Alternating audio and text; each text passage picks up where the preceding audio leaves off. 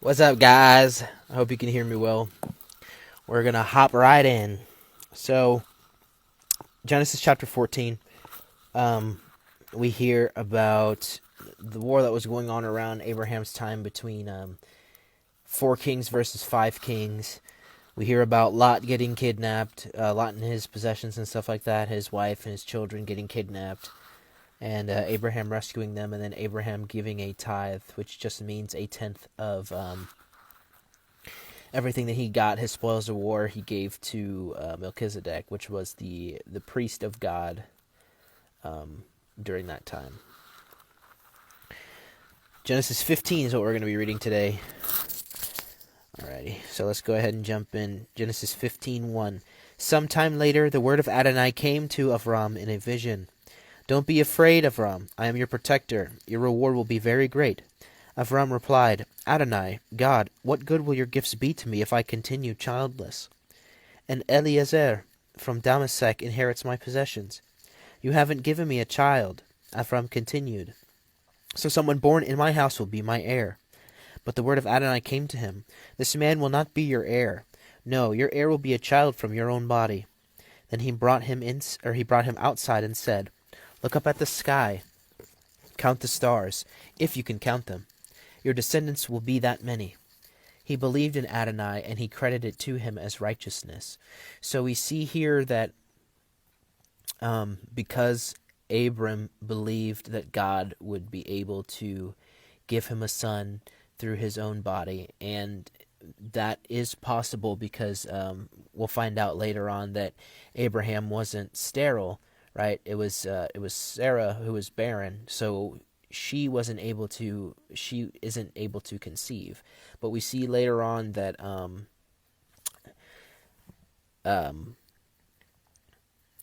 God uses her to birth Isaac, and from Isaac is going to come the promise, and the promise is obviously Jesus, but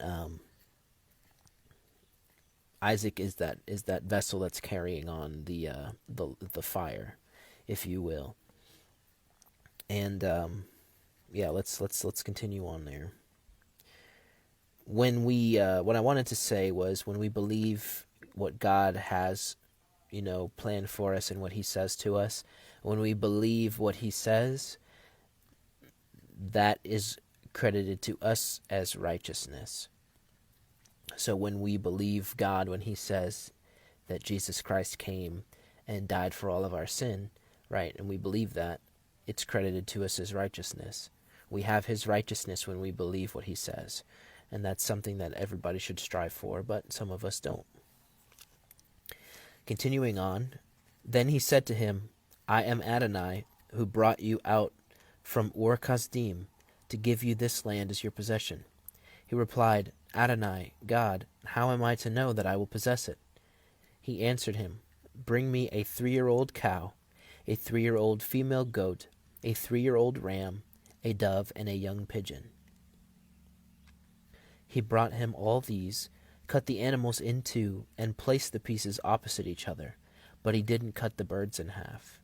Birds of prey swooped down on the carcasses, but Avram drove them away.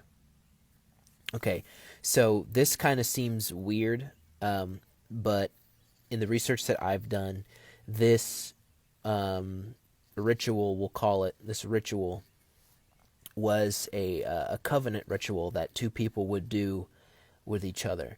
So they would cut the animals in half, right, and they would put one half on one side, the other half on the other, and they would walk through it.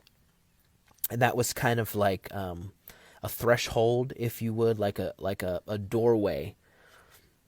And when you walk through that doorway, you're accepting the agreement, or in this case, covenant, that you and this other person are agreeing to go into. So we're going to see here a little later on. I'm going to read it to you right now. As the sun was about to set, a deep sleep fell on Avram. Horror and great darkness came over him. Adonai said to Avram, Know this for certain. Your descendants will be foreigners in a land that is not theirs. They will be slaves and held in oppression there 400 years. but I will also judge that nation, the one that makes them slaves. You see that? Mizraim, which is Egypt's old name, turned them into slaves, right? And God is going to judge that nation.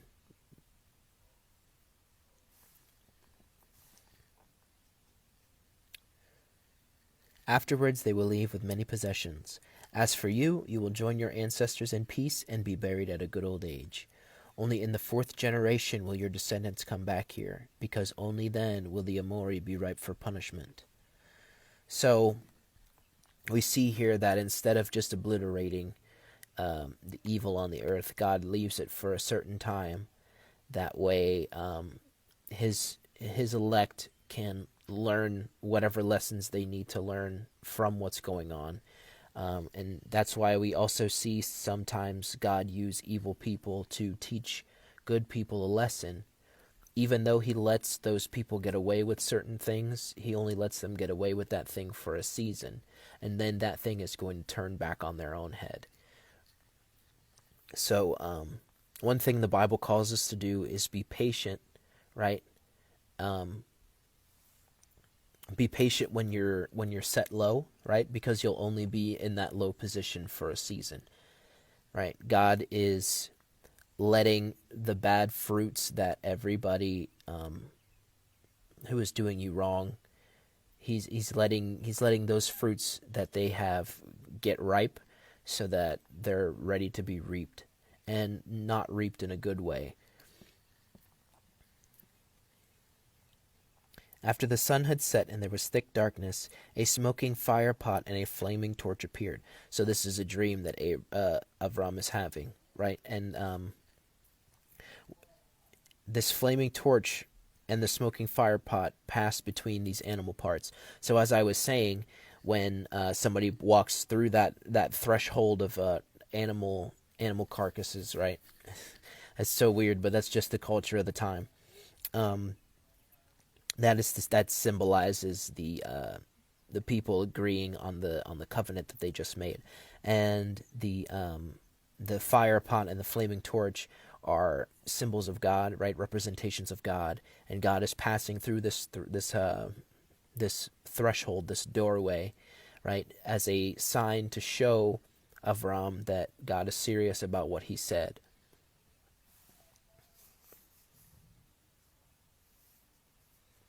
That day Adonai made a covenant with Avram. I have given this land to your descendants, from the Vadi of Egypt to the great river, the Euphrates River. Now I think Vadi either means valley or it means brook, and I can't remember. But either the Valley of Egypt or the Brook of Egypt, right? So from that part of Egypt to the Euphrates River, right, is going to be for Abraham's descendants. From the Vadi of Egypt to the great river, the Euphrates River, the territory of the Keni, the Kenizi, the Kadmoni, the Hitti, the Perizi, the Rephaim, the Emori, the Canaani, the Girgashi, and the Yevusi. So those are all the different peoples that were in the land of Israel before it became the land of Israel, and those are going to be the nations that Israel fights in Joshua before the Israelites settle down in the Promised Land. Anyway, that was Genesis chapter 15. I hope you guys enjoyed it. It's always good to meditate on the Word, so, until tomorrow, if you read along with me, just meditate on Genesis 15. I'm sure there were some things in there that I didn't get that you may have got from that, and that's God speaking to you the way that he speaks to you. So keep that into consideration when you meditate on the Word. God may be speaking something into your life, and it's only specific to you. So make sure you dig deep and find out what that is. You guys have a wonderful day, and I will see you tomorrow.